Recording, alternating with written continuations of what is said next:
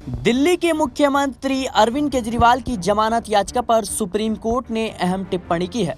बता दें कि दिल्ली के मुख्यमंत्री अरविंद केजरीवाल की याचिका पर सुनवाई के दौरान सुप्रीम कोर्ट ने ईडी से कहा कि वह चुनाव के कारण अरविंद केजरीवाल की अंतरिम जमानत पर विचार कर सकता है। सुप्रीम कोर्ट ने कहा कि इस केस में अगली सुनवाई मंगलवार यानी 7 मई को होगी। सर्वोच्च अदालत ने कहा कि इस केस में समय लग सकता है, लेकिन हम चुनाव के कारण अंतरिम जमानत पर विचार कर सकते हैं। जस्टिस संजीव खन्ना और जस्टिस दीपांकर दत्ता की बेंच ने प्रवर्तन निदेशालय की ओर से पेश अतिरिक्त सॉलिसिटर जनरल एसवी राजू से कहा कि गिरफ्तारी के खिलाफ केजरीवाल की याचिका पर सुनवाई में समय लग सकता है और इसलिए अदालत उन्हें अंतरिम जमानत देने पर जांच एजेंसी की दलीलें सुनने पर विचार कर रही है। इस पर एसवी राजू ने कहा कि वह केजरीवाल को अंतरिम जमानत देने का विरोध करेंगे। इस पर बेंच ने कहा कि हम ये कह रहे हैं कि हम अंतरिम जमानत पर सुनवाई करेंगे, हम ये नहीं कह रहे हैं कि हम अंतरिम जमानत देंगे।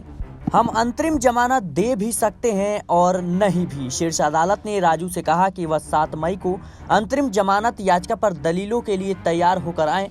बता दें कि बेंच केजरीवाल की याचिका पर सुनवाई कर रही है, जिसमें ईडी द्वारा उनकी गिरफ्तारी को चुनौती दी गई है। बता दें कि दिल्ली के मुख्यमंत्री अरविंद केजरीवाल 21 मार्च को गिरफ्तारी के बाद से न्यायिक हिरासत में तिहाड़ जेल में बंद है। शीर्ष अदालत ने 15 अप्रैल को ईडी को नोटिस कर केजरीवाल की याचिका पर जवाब मांगा था।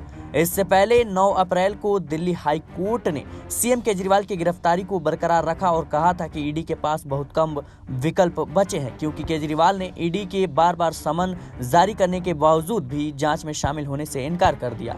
सुनवाई के दौरान ईडी की ओर से पेश हुए अतिरिक्त सॉलिसिटर जनरल एसवी राजू ने दलीलें दी, लेकिन राजू को बीच में टोकते हुए कोर्ट ने ईडी से कई सवाल पूछे। कोर्ट ने पूछा कि आपके पास मटेरियल क्या है जिनसे ये बताया जा सके कि गिरफ्तारी अनिवार्य है। जस्टिस संजीव खन्ना ने केजरीवाल के वकील अभिषेक मनु सिंघवी से पूछा कि दिल्ली में चुनाव कब होने हैं। इस पर एडवोकेट सिंघवी ने कहा कि 25 मई को दिल्ली में चुनाव होने हैं। चुनाव के 48 घंटे पहले चुनाव प्रचार बंद हो जाएगा। बता दें कि अब जिस तरीके से कोर्ट ने लगातार इस बात पर जोर दिया है कि कहीं ना कहीं केजरीवाल की जो जमानत याचिका है उस पर सुनवाई होनी चाहिए। अब देखना दिलचस्प होगा और कोर्ट की ये टिप्पणी कहीं ना कहीं दर्शाती है कि अब केजरीवाल की जो मुश्किलें हैं उसमें कुछ कमियां देखने को मिल सकती हैं और चुनाव से नज़दीक आते ही अब उनको राहत पर भी विचार किया जा सकता है। फिलहाल इस खबर को लेकर आपकी क्या राय है, हमें कमेंट बॉक्स में ज़रूर बताएं। देश और दुनिया की तमाम खबरों के लिए बने रहे नेक्स्ट 9 पॉलिटिकल बाइट के साथ।